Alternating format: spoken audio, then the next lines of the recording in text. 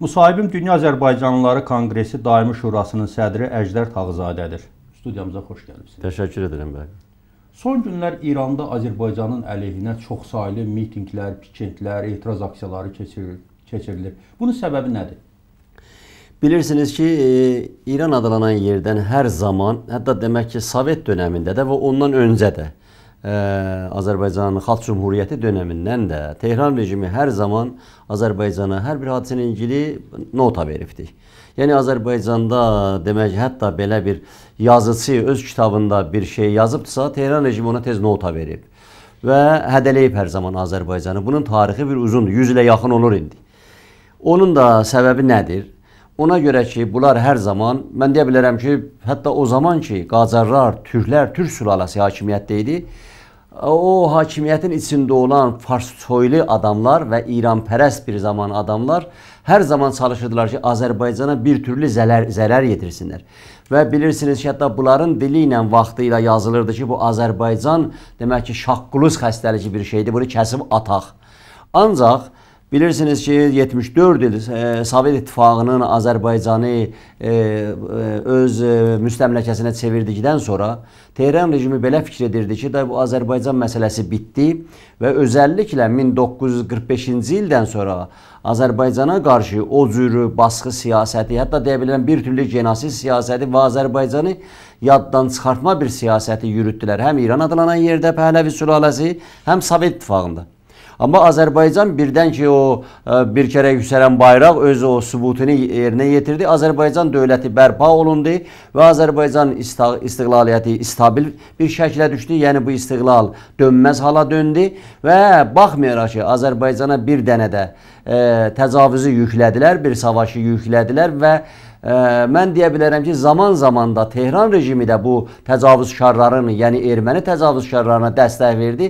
Amma Azərbaycan dövləti yıxılmadı, Azərbaycan dövləti özünü gücləndirdi, dayandı və bundan da örnək alaraq, mən örnək deyəndə bunu deyirəm, Azərbaycanın güneyində yaşayan 35 milyon Azərbaycan türkləri, Azərbaycanlıdır bunlar, onu inkar etmək olmaz. Onlar da baxdılar görə də, bəli, Azərbaycan yenidən öz ruhunu tapır, bu türk öz ruhuna qayıdır. Onlar da İran adlanan yerdə başqa əsarətdə olan xalqlar kimi ayağa qalxdılar və öz azadlıqlarını, istiqlalını istəyirlər. Tehran rejimi də hər zaman Azərbaycan dövlətinə hədə-qorxu gəlir. Misal üçün tutalım ki, Türkiyədə bir dənə tədbir olur, Azərbaycanlılar ora yığılır. Azərbaycanın güneyindən olan insanlar və yaxud Amerikada. Bu son 20 ildə görmüşük. Tehran rejimi tez gəlir, Azərbaycan dövlətinin yaxasını tutur. Orada demək ki, İsveçdə Azərbaycanlılar yığılmışdılar və yaxud Amerikada Azərbaycanın güneyindən olan. Yaxşı, bu Azərbaycanın güneyindən olan sənin diktatorundan, sənin despotizmindən qaçıblar və yığılırlar ki, başqa orada İran adlanan yerdə çeşidli opozisyon qrupları var. Onlar da yığılırlar. İndi Azərbaycanlılar da yığılırlar. Bunu Azərbaycan Cümhuriyyəti dövləti neynəsin? Nəyə sən tez gəlib Azərbaycan dövlətinin yaxasından tutursan? Bəs dərdin başqa bir şeydir ki, yəni bu Azərbaycanın güneyində yaşayan insanlar hər zaman, bir zaman demək ki, gərgin, bir zaman səngəyir və öz azadlıqlarını, istiqlalını istəyirlər. Və Tehran rejimi hər bir şey bahanə edir və sonda da bilirsiniz son zamanlar gəlib demək ki, bu mahnı müsabiqəsini bahanə edib. Mallaların tarixində bunlar məscidin özünü qəsb ediblər. Yəni məscidin özünü müsəlmanların, şiələrin əlindən çıxardıblar. Sən məscidin özünü bir qərargaha, bir padıqana çeviribsən. Bir ordu düşərgəsinə çeviribsən. Bunu mən demirəm. İran adlanan yerdə yaşayan o inancı olan insanlar deyirlər. Düz ruhanilər deyirlər ki, məscidi bu rejim demək ki, qəsb edibdir. Yəni hesab edin ki, 500 il bundan öncə Avropada kilisa kəşişlərin əlindən qutardı. Bu məscid, indi Avropada siz gedin, hər yanda kilisaların qapısı açıqdır. Və siz Polşiyada vaxtı ilə gördünüz, komünist ölkə idi, amma kilisaya gedirdi. Gedirdilər, inancıları vardı və yoxdur, ancaq gedirdilər. Avropada da belədir, kilisaların qapısı açıqdır, kimsəni ora zorla apırmırlar, kimsəni demək ki, orada çörəyini aparat ödürlər, meçidə gəl çörək verərik, iş verərik və yaxud meçidi silah ambarına çevirməyiblər. Ona görə də bunlar məscidi qəsb ediblər və həmişə bunlar çalışıblar, tarı da, qavalı da sındırsınlar. Bu son gəlişmələrdən danışaq. İranda Azərbaycan əleyhinə, xüsusilə də Ərdəbildə, Təbrizdə, çeşidli Azərbaycan şəhərlərində Azərbaycanın əleyhinə Eurovisionla bağlı, gey paradla bağlı nümayişlər keçirilir. Bunun siyasi mənası nədir? Arthur Koestler bir kitabı var. Deyir ki, Xəzərlər hökumətində. Hər kəs onu yoxsa fars dilində də vardı. Mən ağalara deyirəm ki, ora müraciət verirəm ki, edin ora baxın. Yazır ki, türklərin içinə əgər bu məsələlər, bu gey məsələsi gəlibdirsə tarixdə, bu aşağıdan gəlib, farslardan gəlib. Mən demirəm, Arthur Koestler deyir, Xəzərha hökuməti Xəzəran, orada yazır, farsça yazır. Mən demirəm bunu. Yəni siz gətirib Azərbaycana başqa şey yapışdırasınız, bunun tarixçəsini açıb danışsaq, onu mən yaxşı bilirəm. İran adlanan yerdə bunun kökü nədədir? Bir var ki, indi burada gey parad ola olmaya bu Yerevizyonun, o insanların hansı... Söhbət buradadır ki, biri də insanlar elə doğulublar. Bu bir növ ya xəstəlidir, ya hər nə. Avropada, azad dünyada da buna əlac axtarırlar. Deyir, bu doğuşdan belədir. Belə bu insanlar gəlib, belədir bunların tavırları. Eurovizyonda deyir ki, bu dövlətlərə, siyasətə bağlı olan bu mahnı müsabiqəsi bir hadisə deyir. Və onun kənarında da hələ ola olmayası, bilinmir Azərbaycanda bu iş olmuyor. Ancaq sən gəlirsən qonşu ölkənin siyasətinə, hərəkətinə və yaxud mədəni varlığına, mədəni hadisələrə barmağını soğursan. İndi Azərbaycan dövləti hansı vaxt durub deyib ki, ay Tehran rejimi, dünyanın teröristlərini yığırsan bura. Gedirsən Argentinada demək ki, terror yaradırsan, səfirlikləri partladırsan, gəmiləri partladırsan, nə qədər terörist var Tehranda yığırsan ora, hətta Azərbaycan müxalifətini və Azərbaycanda bəzi etnik qrupların demək ki, Azərbaycanı parçalamağa çalışırlar, yığırsan ora. Sən əgər doğrudan deyirsənsə, bu parad olacaq və bu da Azərbaycanda İslam ölkəsidir. Bəs nədənsə sən Azərbaycana təcavüz edib 25% torpağını bir, hələ deyək ki, xristiyanın bir dəstəsi. Ermənilər bu xristiyan dinində də bir etnik qrupdular, onun içində də. Onu bağrına basırsan, Terpetrosyanı, Sərkisyanı və bir cinayətkar Köçəryanı bağrına basırsan. Onda demək ki, əgər Azərbaycana ürəyin yanırsa, denən ki, bu İslam torpağını, bu Şiə torpağını kafir basıbdır. Onda dur, onun əleyhinə fitva ver. Fitva verirsən ki, yazısını öldürsünlər. O birisi, bir Ayətullah ölür, gedir, bu birisi baş qaldırır ki, Şirazdan. Axı sən Şirazdan baş qaldırıbsan və demək ki, Azərbaycanda fitva verirsən. Salman Rushdieyə fitva verdiniz. Onu nə qədər bu İran adlanan yerdə millətlər, zərərli yaşayan millətlər zərərini çəkdilər.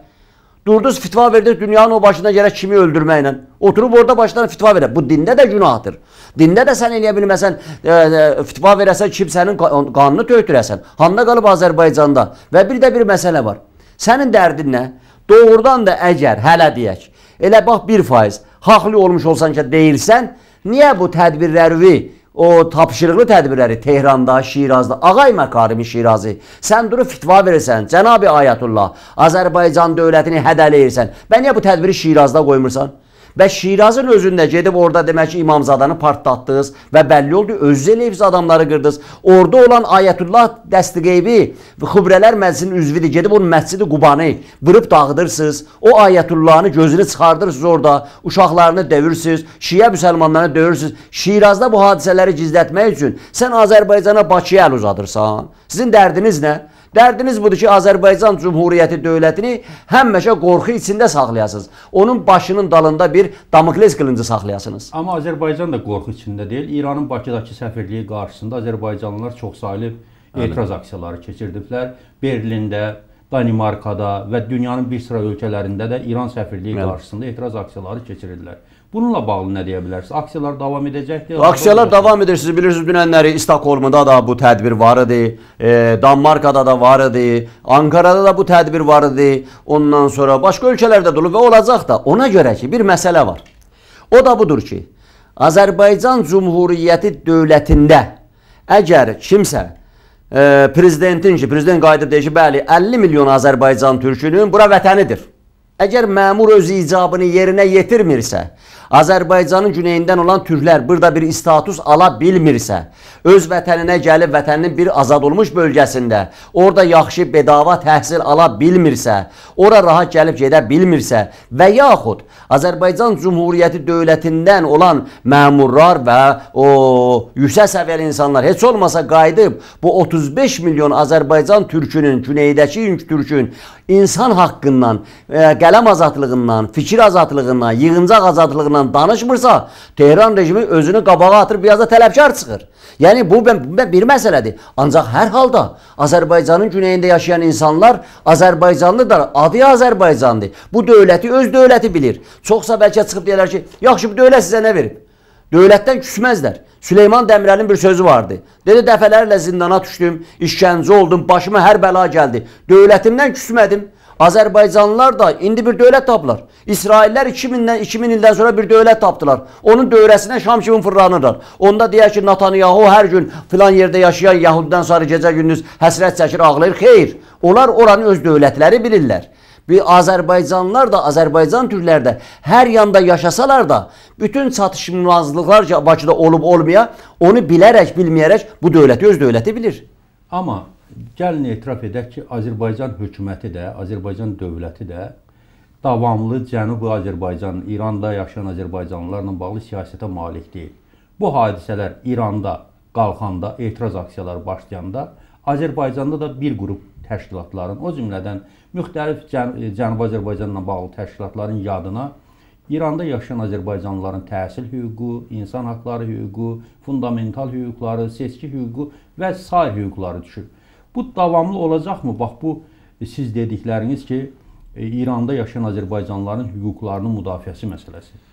Bu məsələ davamlı ola bilməyir. Yadınızdadır ki, rəhmətli Bülent Ecevit Tehran rejimi orada o terrorçu hərəkatını və Hizbullahı Türkiyədə gücləndirmişdi. Onda Ecevit qayıt dedi ki, belə olmasın ki, biz İran adlanan yerdə güneydə yaşayan türkləri haraya çağıraq. Və yaxud Prezident Heydər Əliyev o zaman ki, bir gün günorta çağı gördülər ki, bəli, demək Tehran rejiminin uçaqları Bakının sahillərindədir. O Əlo şərqi məsələsində. Və Heydər Əliyev uçanda Soçiya uçurdu, əgər düz desəm. O zaman o Soçiya uçanda dedi ki, mən güneyli qardaşları köməyə çağıraram. Haqlığında qalır 35 milyondan artıq İran adlanan yerdə türk yaşayır, Azərbaycanda yaşayır. Və onlar hər zaman öz haqlarını istəyirlər. Ancaq Azərbaycan Cumhuriyyəti dövlətinin burada bir konsepsiyası yoxdursa, yəni burada misal üçün əgər Azərbaycan dövləti duracaqsa 35 milyon Azərbaycan türkünün hələ deyək ki mədəni haqlarını və insan haqlarını qoruyacaqsa mən istiqlal deyirəm. Mən deyirəm Azərbaycanın güneyi tam bağımsız olmalıdır, tam azad olmalıdır və əgər mən özümə bir şey rəva qılıramsa, azad yaşayıramsa, müstəqil ölkədə yaşayıramsa, azad bir pasportu daşıyıramsa, müsəlman İslamda da belədir. Onu qardaşıma da rəva qılmalıyam, qonşuma da rəva qılmalıyam. İndi əgər Azərbaycan Cumhuriyyəti dövlətində bu konsepsiya yoxdursa, Azərbaycan Cumhuriyyəti dövləti onu yerinə yetirməlidir. Heç bir bahanə ortada olmadan, bu güneyinin haqqıdır.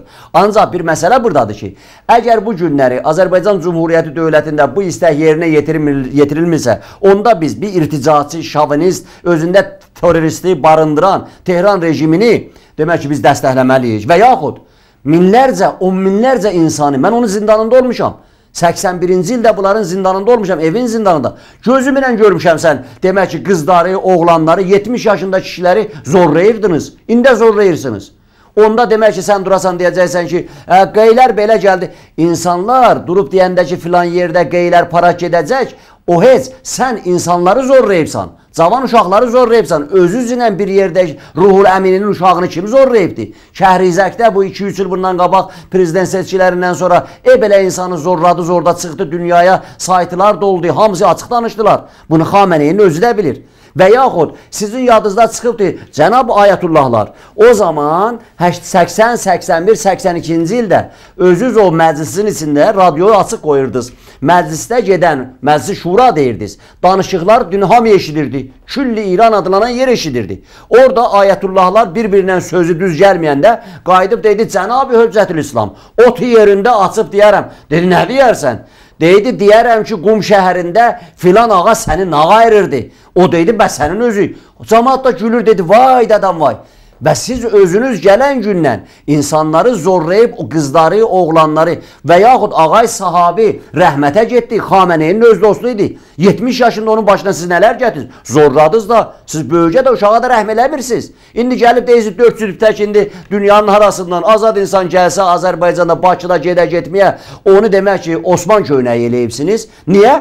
Ona görə ki, istəyirsiniz Azərbaycanın güneyində olan insana göstərəsiniz. Vay da vay, əxlaq getdi, ondan din getdi, məzhəb getdi. Dini məhv eləyən sizsiniz. İnsanların o inancını istismar edən sizsiniz. Bu Azərbaycana qarşı İran kəskin bəyanatlarla çıxış edir, hədə dolu bəyanatlarla çıxış edir. Siz uzun müddət İranda yaşayıbsınız, hətta siyasətlə də məşğul olursunuz. Bu bəyanatların sonunda nə görürsünüz? Terror aktları, sonra Azərbaycan indi burada çoxsaylı insanları tuturlar, terrorla məşğul olmaq üçün təşkilatlar güya yaradıblar, istintaq orqanları ittihamlar irəli sürür. Bunun nəticəsini nə görürsünüz? Yəni sonunda bu barışığa doğru gedəcəkmi? Siz bilirsiniz ki, bu barışıq doğrudan da köklü bir barışıq heç vaxt olmayacaq. Dünya Tehran rejiminə barışır. Sabah yox bir gün, demək ki, 3 gün bundan sonra, çərşənbə günü, 3-cü gün, çaharşənbə, Bağdadda danışıqlar gedəcək. Mən demirəm, o da 8-lər yığılmışdılar Amerikada. Onlar deyirlər ki, bunlar təhlükəlidir. Bunların demək ki, heç kəsi bunlara inanmır. Hamı bunlardan çəkinirlər. Yəni, dünya, aya, Tehran rejimi ilə barışığa gedəcək, getməyəcək. Sən deyirsən ki, yəni Tehran rejimi deyir ki, Azərbaycan İsraildən silah alır. Haramdır. Ben niye öz aldınız? Universinos kim idi? Universinos durdu silahla, tapancayla, tortuna geldi qulluğuza, Ağır Əfsəncanın qulluğuna. Və İsrailin əli ilə Amerika silahlarını birbaşa İsraildən aldınız. Pılını da yolladınız Nikaraguaya, Kontraya yolladınız pılını da. Hamı da açıldı və Amerikada da böyük bir skandal oldu. Belli oldu ki, siz pılını, Ağay Qurbani gedir silahı İsraildən alır, gətirir sizə də baha satır. Onda halalıdır. Səddama qarşı deyirik, savaşırıq. Onda halalıdır. İndi deyirsiniz ki, Azərbaycan silah alıb. Bu Azərbaycan neyini yiyəcək? Azərbaycan oturacaq, gözləyəcək ki, siz o vaxt apardınız, Azərbaycanın demək ki, prezident səlahiyyətlərini yerinə yetirəni Tehranda başını qal elədiniz. Şuşa da getdi, Laçın da getdi. Sonra Ağay Rəfsəncanı gəldi, dedi ki, arabuluculuq eləyəcəyəm. Nə oldu? Azərbaycanın bir hissələ torpaqları getdi və bəlli oldu ki, siz nələrlə məşğul? Elə eyni zamanda, mən sizə söyleyeyim, Azərbaycan Təhlükəsizlik Nazirliyi burada tutulanların, Tehran rejimindən, onların əməlləri ilə ilgili, terror əməlləri ilə ilgili, casuslar, adamlar tutulanları neçə illərdir göstərmir. Yəni göstərdici buzdağının ücüdür. Əgər açıb hamısını desələr və bu məsələ 92-ci ildən var idi. 92-ci ildə Tehran rejiminin burada casusları tutulmuşdu. İran adlanan yerin pasportu ilə ermənilərə vermişdilər. Və orada casuslar tutulandan sonra Azərbaycan dövləti təcavüzə məruz qalmışdı. Dedi, ay Şiə müsəlman dövləti, səndə olan o komparalar vardı ki, 5 dolara Ukraynadan alıbsan. Onu bizə sat 50 dolara. Səndən alırıq da biz bu kafir təcavüzkara qarşı savaşırıq. Tehran rejimi dedi, onu 50 dolara satacağım, ancaq tutduğu casuslar da bıraxır. Azərbaycan dövləti qaldı neynəsin? Yəni bunun bir məsələsi, uzun məsələdir bu. Hər zaman Azərbaycanda casuslar tutulub, bir dənə, iki dənə deyir, məhkəmədə açıq olubdur. Və niyə bizim casusumuz tutulmur bu İran adlanan yerdə? Sən ora gedən alimi yaparırsan işlətməyə, beçaranı tutursan, aparırsan, basırsan zindana. Sonra Azərbaycan dövlətinə də deyirsən ki, yüzlərcə casus, narkotika ilə məşğul olan, görün, qeylər bizə zərər gətirir və yaxud ki, burada onun yurdu deyil, xaricdən gəlib gedəcək də. Və yaxud demək ki, maşın narkotikanı Azərbaycana soxmaq. Nə qədər burada tutulur İran adlanan yerdən narkotika gətirənlər? Və bu günlərdə bəlli olur ki, mərkəz oradandır, Azərbaycana siz göndərirsiniz. Yəni, bunların hayküyü salması ona görədir ki, biz qəbul etməliyik ki, Azərbaycan Cumhuriyyəti dövləti möhkəmlənir.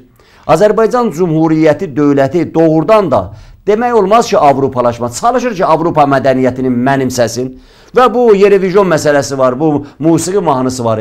Bu Azərbaycanı dünyaya açır. Yəni gələnlər görürlər, mediası mənsubları işləyirlər, onlar gəlib özlərindən bir şey yapar və hər bir çatışmamazlığı da tənqid edirlər. Bu Azərbaycanın xeyri nədir? Çox sağ olun, studiyamıza gəldiyinizə görə təşəkkür edirəm. Təşəkkür edirəm mən də. Bugünkü qonağım Dünya Azərbaycanlıları Konqresinin Daimi Şurasının sədri Əjdər Tağızadə idi. Sağ olun. Sağ olun.